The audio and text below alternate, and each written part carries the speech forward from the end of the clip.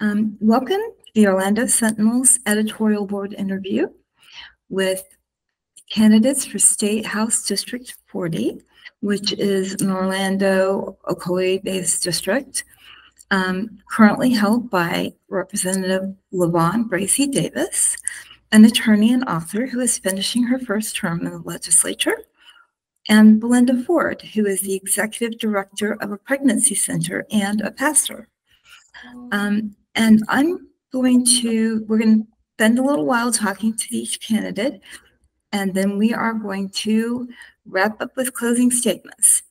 So I'm going to dive right into the first question that has to do with the only legal obligation that lawmakers have, which is to pass a balanced budget.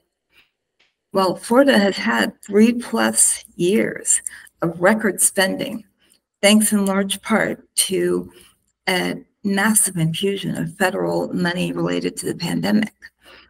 Over the next 2 years, that money will dry up, and state economist Amy Baker says that Florida could go from a $2 billion surplus to a $2.9 billion deficit if spending continues at the current level. What do you think legislatures should do in 2025 and beyond to deal with that reality? And let's start with Ms. Ford. Okay, so thank you again, Orlando Sentinel and the editorial board, for allowing me this opportunity. I'm very grateful, and this question is a huge question. I've had a chance to do my research a little bit and look at some things that have been happening with the legislators in Tallahassee, and I just believe that, you know, from being a legislator from a district standpoint and actually looking at your district, you're there to represent your district. And so when I think about this budget, I want to make sure that my district is a part of that budget. And when I look at the things around, especially in the Pine Hills area and how broad District 40 is, I can see resources that come together to the table that allow to add on to that budget and not so much to take away. There are so many programs and local things that can happen that can add revenue to the budget that I think has not been really thought out. And so if I'm there in Tallahassee and I'm sitting at that table, I'm definitely taking the time to comb through my district and figuring out how to add to that budget instead of taking away from it. Representative Bracy Davis. So let me also say thank you for the opportunity to interview and to speak with you on today. Thank you, Ms. Ford, for being here. It's a delight to have this conversation. Appreciate the Orlando Sentinel. As it relates to the budget, you hit the nail on the head. That is our responsibility. Our prime responsibility as legislators is to balance the budget. I think while we have had record spending, I do believe that we are on somewhat of a downward trend. Last year's budget was a little less than the year before. So I think that may be the start of going downward in terms of spending. Also, Amendment 3, if Amendment 3 passes to legalize recreational marijuana, there will be tax revenue attached to that, which I believe would absolutely help the budget. But then also we need to have a real conversation about unnecessary spending. I think just like with your budgets that you deal with at home and in your personal finances, we need to cut the fat. I would say, like Governor Ron DeSantis, migrant flights, that's fat in the budget that taxpayers should not be paying for. The wasteful elections police, that's money that I don't believe the taxpayers should be paying for. The governor and the legislature called for several special sessions. Special sessions cost money. And those special sessions were to deal with the fight with Reedy Creek and Disney and to bail out insurance companies. I don't think that was good spending. If we're going to have special sessions, it needs to deal with the issues. Also, using tax dollars to campaign against Amendment 4. I think that's bad spending and probably illegal as well. So I would answer that question by saying we need to cut the fat in the budget. I actually did want to follow up really quickly because Ms. Ford brought this up, And I think it's something that became a real issue. This past session, for decades, state funding has been used to support local priorities, subject to sewer projects, mental health programs, arts and culture opportunities. This year, hundreds of millions of dollars in local projects were slashed, most notably Governor DeSantis's veto of the entire cultural budget. Do you feel that the state should help with these local projects? And I would like to start with Representative Bracy Davis. Thank you so much for that question. If you don't know, my background is arts and culture. I have a degree in theater. I worked for the last 15 years at the flagship Performing Arts Center. I have been on the Florida Council on Arts and Culture, which is the council that reviews every single grant that goes to the Florida legislature for funding. So arts and culture is my business. It is my jam. I am an advocate for arts and culture, believe that the world needs to know that when you invest in arts and culture, there is a return on investment. It is an economic driver. The legislature agreed to 40% of the grant applications that the Division of Arts and Culture submitted, which I thought was problematic in and of itself, because I think that after these grants have been vetted, they should be fully funded. But the legislature at least said 40% of these grants and 40% of this money should be put in the state budget. So for the governor to veto all of arts and culture grants, I think was really disappointing. Arts and culture should not be partisan. It should not be politicized. It's something that should be funded because it's a business, it's an economic driver, and there's a return on investment. So to answer your question, do I believe that the state should be helping with these projects? Absolutely, they should. I think it was very disappointing to the arts and culture community, and quite honestly, it was bipartisan disappointment. I've spoken to some of my Republican colleagues that were really disappointed that arts and culture was slashed. So I am hopeful that we reduce these culture wars next session and really put time, money, and energy back into arts and culture because it's needed. Thank you. Ms. Ford. Okay, as you said, when you introduced me as executive director of a pregnancy center and a pastor. I absolutely agree with Representative Bracy Davis around vetoing the whole arts and culture item on the budget. I agree. Like some way as legislators, we have to be able to come together and really work through exactly what this budget line means and what arts and culture means. So as a pastor, from what I gather from information, there was a part of arts and culture that had to do with sexuality. I personally don't believe that sexuality should be a part of arts and culture. I believe that we do have to come together as legislators and really iron out what arts and cultures is, and I'm sure that it has evolved over the years. We are in 2024.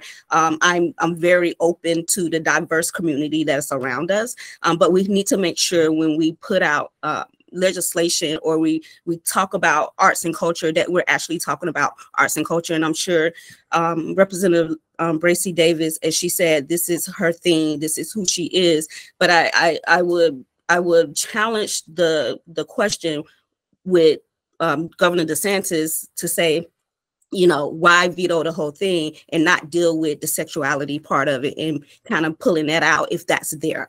And so that's where I land with that. Thank you.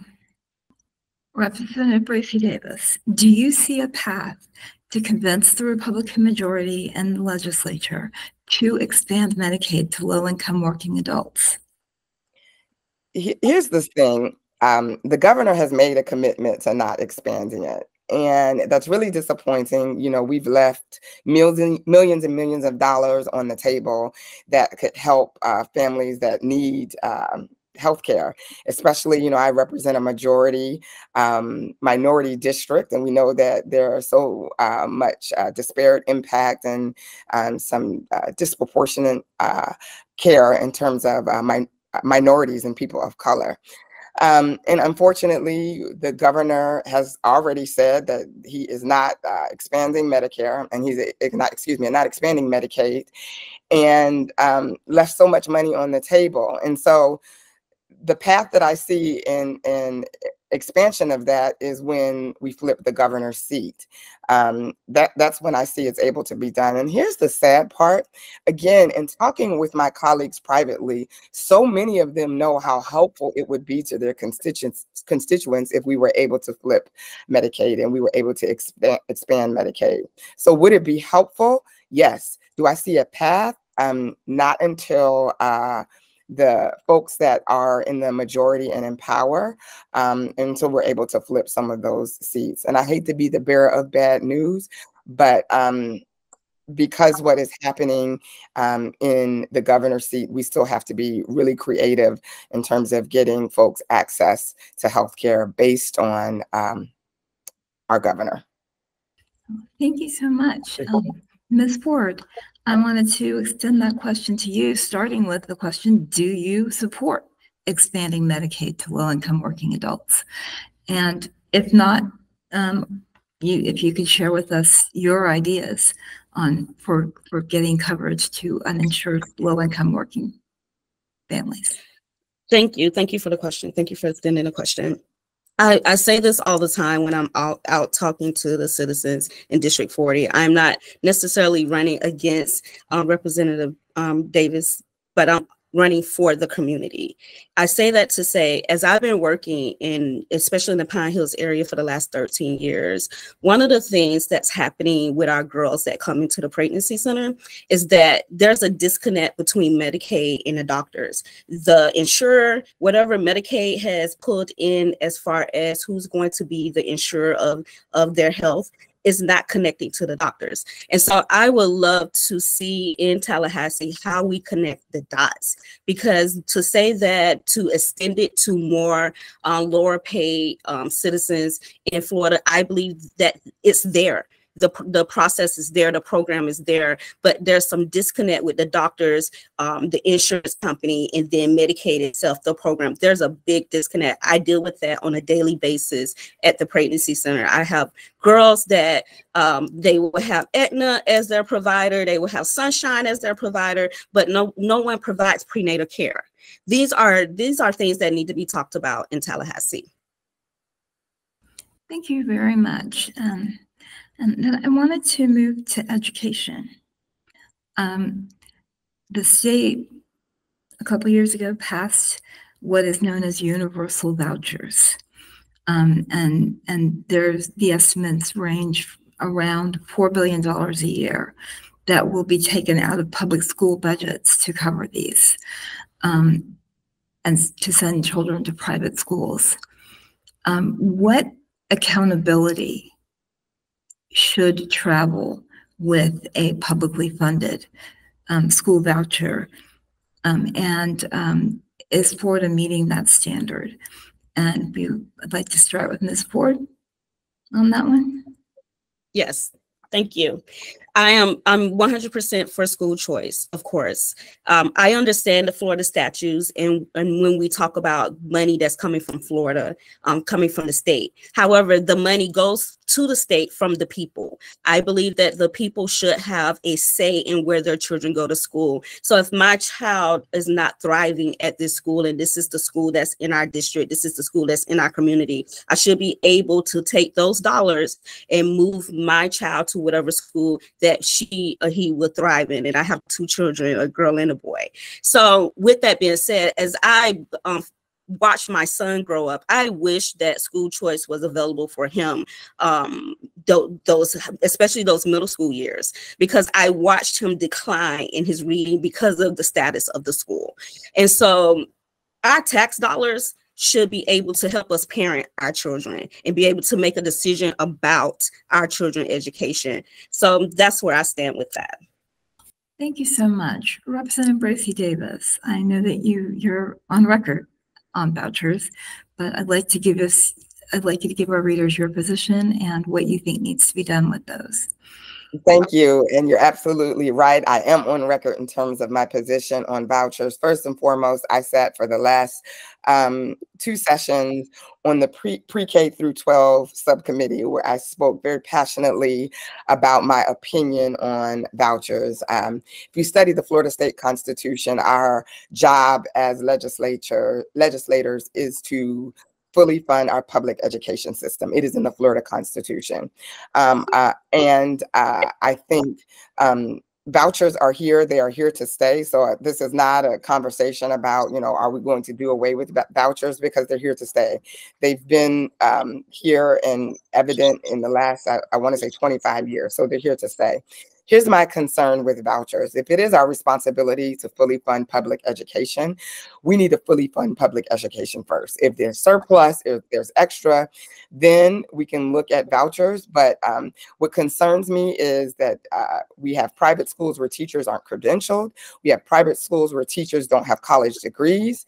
And if you're taking taxpayer dollars, I believe that they should be held to the same standard as our public education school system. Teachers need to be certified. They need to be credentialed. They need to be degreed. And schools should be held to the same standard. So I am so concerned about vouchers. I'm concerned about these voucher schools, especially now where there's no income determinant attached to the voucher system, so that a person could be a millionaire or a billionaire and still get a voucher, especially when our public school system is not fully funded. I started last year's school year with 2 schools in my district that had over a dozen substitute teachers. They started the school year with that. And so until we get our school system right, until we become the best school system in the country, I think that's where our focus and our money needs to be. Thank you for that. I wanted to pivot over and ask about tourism. Would you be willing to support or file legislation that would give counties greater discretion in the use of tourist development taxes? And Representative Bracy Davis, we'll start with you. So I have a very broad definition of tourism. As I mentioned, my background is arts and culture. I believe that if we can find a nexus to tourism, that I believe I'm in agreement with money being spent if there's a nexus to tourism, but I have a very broad definition of what that would mean. If money, money for arts and culture, or money for events that would bring people that are somewhat non-traditional in terms of tourism. I like the TDT funds. I believe in the Wells-Built Museum and some small arts and culture venues. So yes, if there could be a nexus to arts and culture, I do believe that we should be able to be creative in terms of how that money is spent. A nexus to tourism, I mean. If I could follow up with you, do you also believe that TDT funds can be used for the infrastructure that is used to support the tourism industry? Yes. So, if let's say roads, if there are roads that need to be fixed, and we want to make sure that when our tourists come here, they have good things to say about Orlando, and they go back home to wherever they're from and say that, we were able to go to Orlando, have a good time, and our tires didn't blow out because of potholes. If there's a nexus back to tourism, then yes. Infrastructure is important. Great, thank you for that. Ms. Ford, same question. Do you support the broadening of the use of TDT, and for what? I believe that taxes, when it comes down to these tourist taxes, when we're talking about these different blocks of money, we can't bring in other parts of the budget into those. We really need to get to a place where we know where this money has been allotted to. And so infrastructure, like Representative said, is very important. The infrastructure is important for the individuals that come and visit Orlando and they're on these roads. However, how can that benefit the citizens of Orlando? That's where I believe legislators really have to sit down and dig into and comb through these legislations and understand these bills and these TDT blocks, because a lot of this money is not a call. It's like going and we don't even know where it's going. so many things is digging into what we know to be. We could talk about these things, but we're not really solidifying exactly where this money is going to. Thank you for that answer. The governor's office was revealed to be working directly with the Department of Environmental Protection recently to build hotels, golf courses, pickleball, disc golf courses on state parkland with little public notice or study as to the environmental damage that it could cause. And only the public's outcry seemed to make them backtrack. Did you oppose this? And what legislation would you suggest to ensure that it doesn't happen again? And Ms. Ford, I'll start with you. Okay, yes, I've got a little information. I've done a little research on this, and it sounds like the whole entire legislature agreed that this shouldn't happen. It sounds like the people got up and pressed against it. Our state parks are beautiful. I think, you know, we need to take time out to revive some of the golf course in some of the parks. We need to revive them and make them more, bring them into time for our children. I think it shows a lack of attention, because from what I'm gathering, most of the legislators didn't even know this happened. And I'm looking at this as a trusting. How come the legislators did not know this was happening? How did some of the legislators find out through news, through hearsay? And so when you hear these type of projects coming together, it's alarming. Thank you for that. Representative Bracy Davis, what's your view?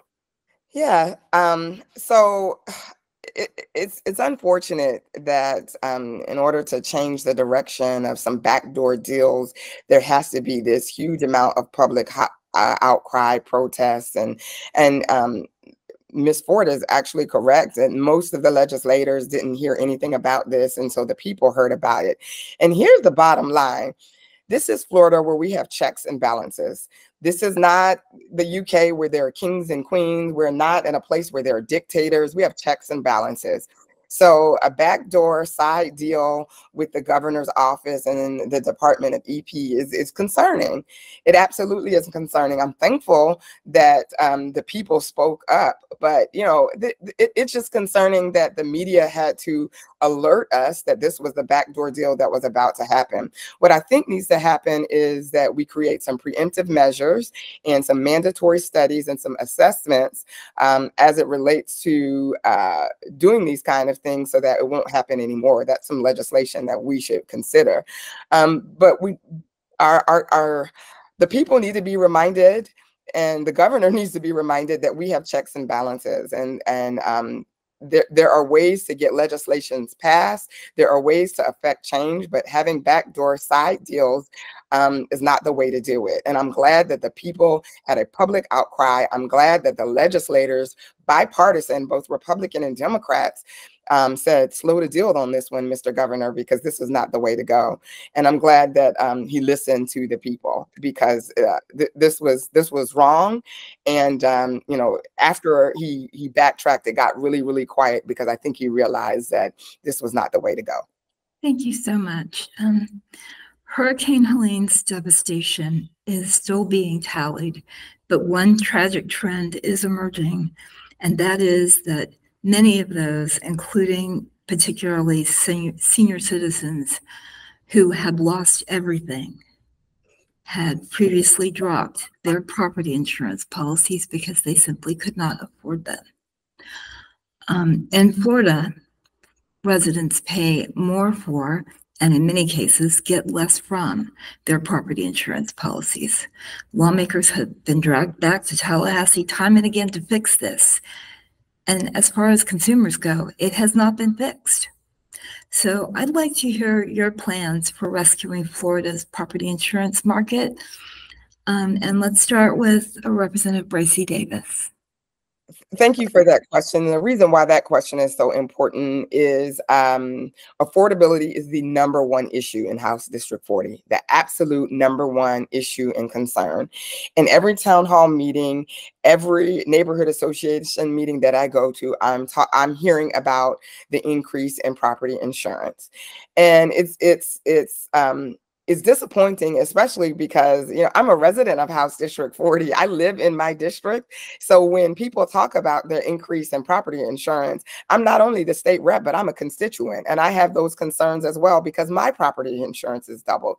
And here's the concern. We need to stop bailing out the insurance company and focus on the people. I mentioned this several times at the special session that as opposed to bailing out the insurance company and putting money in their pockets, we need to put money in the pockets of the people. I offered an amendment at the special session that did just that. Also, in the regular session, one of my colleagues offered an amendment for a grant program where people could apply to this program if they had proof that their insurance has doubled or their insurance has increased, and they can get some money just to subsidize that increase. Unfortunately, based on the partisanship of Tallahassee, that idea fell on deaf ears, but there's some things that we can do. We can address the fraud. I saw a 60-minute special just a couple of days ago that talked about the absolute fraud that is happening on behalf of the insurance companies. And, you know, we had whistleblowers, adjusters that were saying that there is absolute fraud. They would suggest one amount that should be paid, and the insurance companies would change the amount that they thought should be paid. So we need to address the fraud and abuse that is happening, and regulate. The Office of Insurance needs to regulate rate increases. So yeah, there's a lot that can be done, and it's disappointing that we've had these special sessions and the focus has been on the insurance company and not the people, because it is the #1 issue in House District 40. Ms. Ford, same Yes. question. Okay. And what's your prescription for this property insurance mess? Thank you. Thank you for sending the question. I've heard so much, and I've listened to many legislators, not just in Florida, but, you know, all over the country, trying to figure this out. And the concern is, like you said, how do we fix this?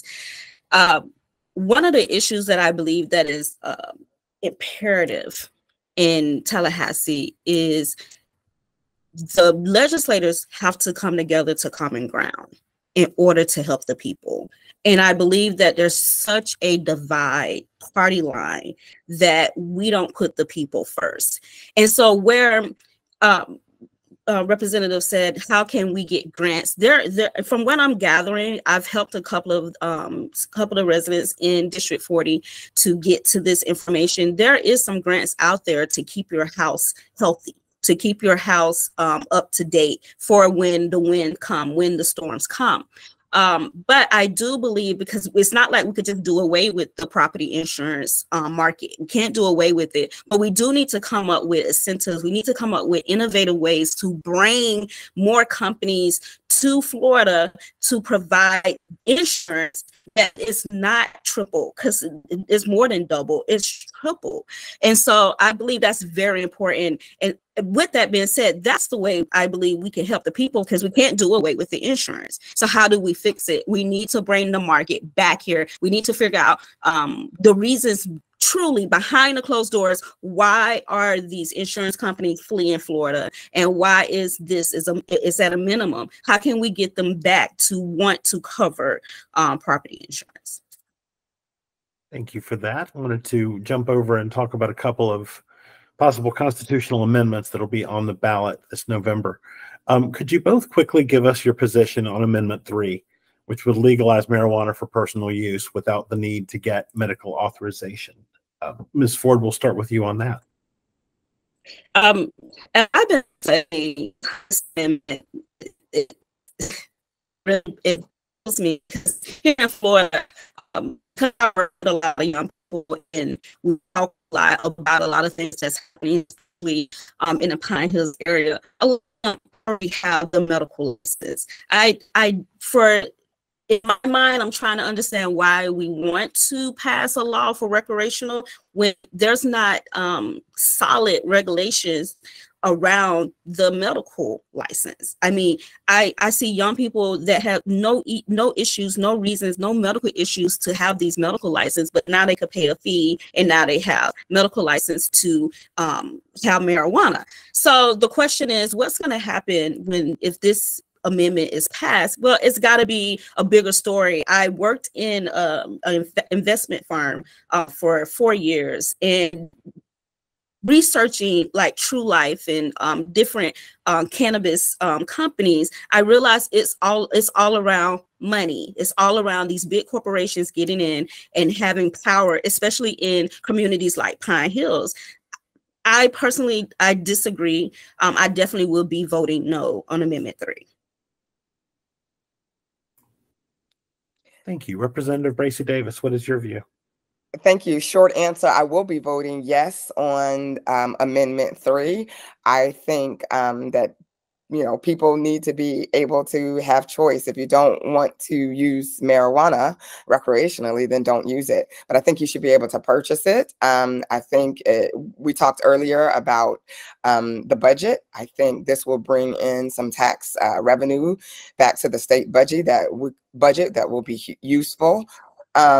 I also would be remiss if I didn't mention that, again, I represent a majority minority district, and how often the selling of recreational marijuana has been weaponized against people of color. And so this reduces or eliminates that in its entirety. I can't imagine how many people have criminal records for the distributing and selling of marijuana. That eliminates all of that. So I am absolutely 100% yes. And, and I'm a woman of faith. If you're not interested in consumption of marijuana, you don't have to consume it. But just like alcohol, I think people need to have free will. And I think this is a good thing for the state of Florida.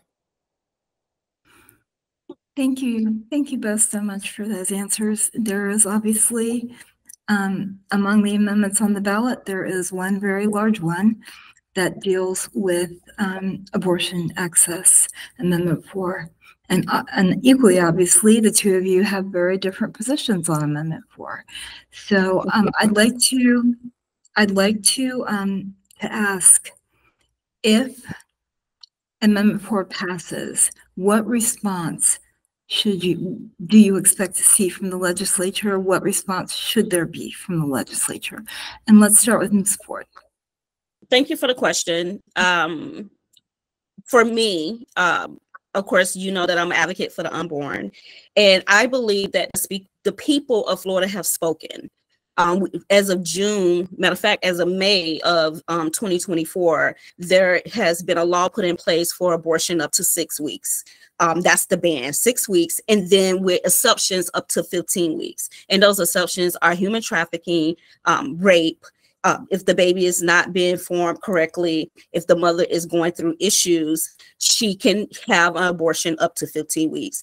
I believe that the people of Florida spoke in that moment. The governor did a great job of listening. I'm sure he is for doing away with abortion, but he allowed us to ban with these exceptions. And I believe that the people should be informed about these exceptions. And so for me, I would definitely be voting no on Amendment 4 for many reasons. I would give a very dear to my heart reason is that the end of that amendment talks about notifying parents. And so if your teenager goes to get an abortion from God knows where, now the parent is only notified and there's no consent. That for me is taking away power from the people. That's taking away power from the parent to parent. And so that's where I stand.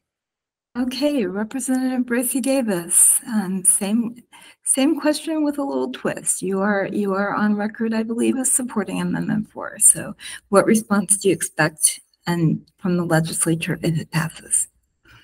So yes, I'm on record of supporting Amendment 4, and what should be the response of the legislature is that the people have spoken.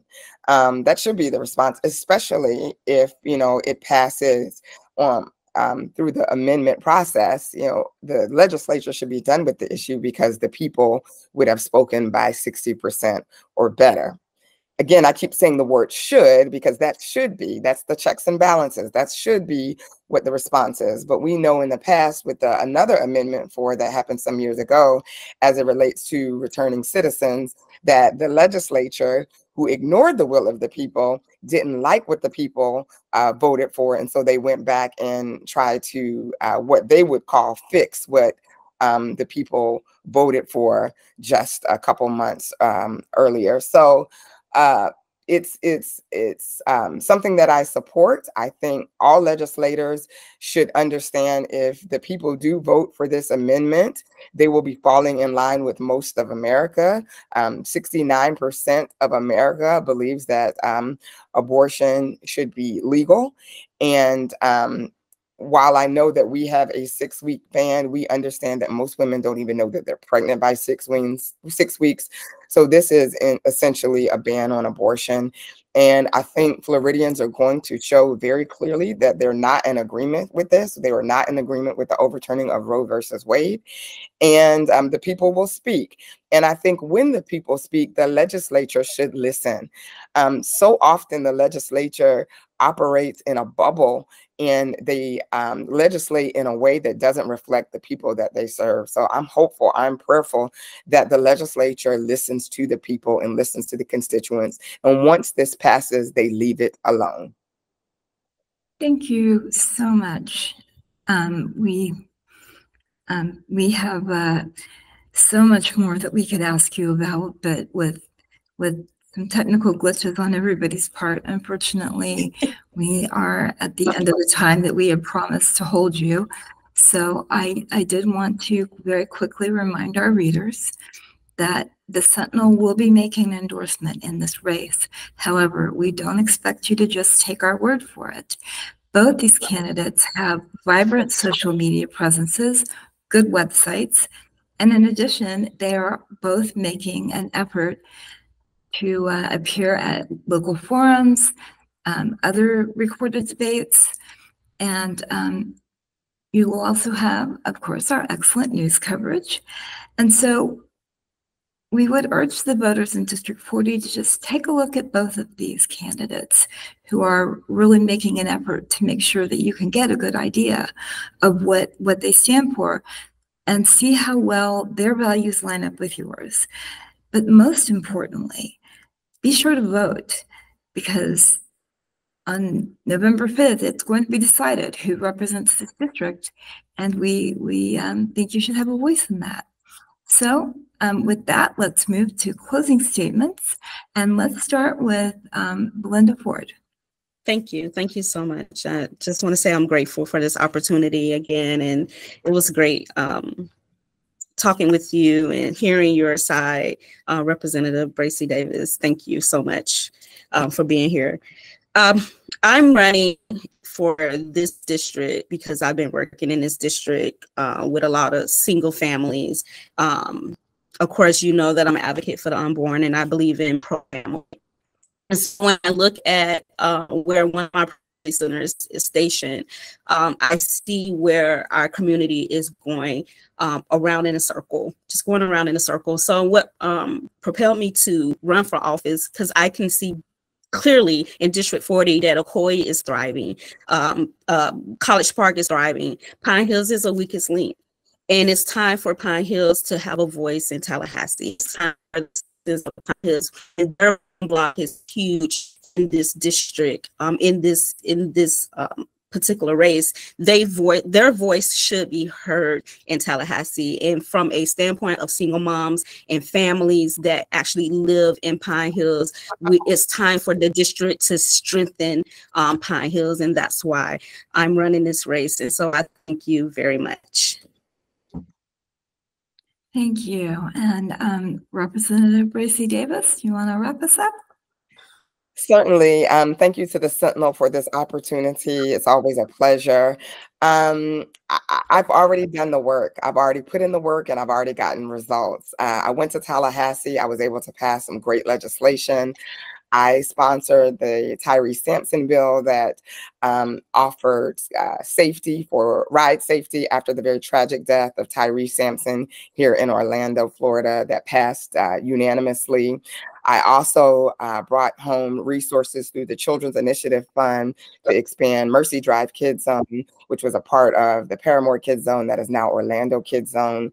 Mercy Drive is in my district.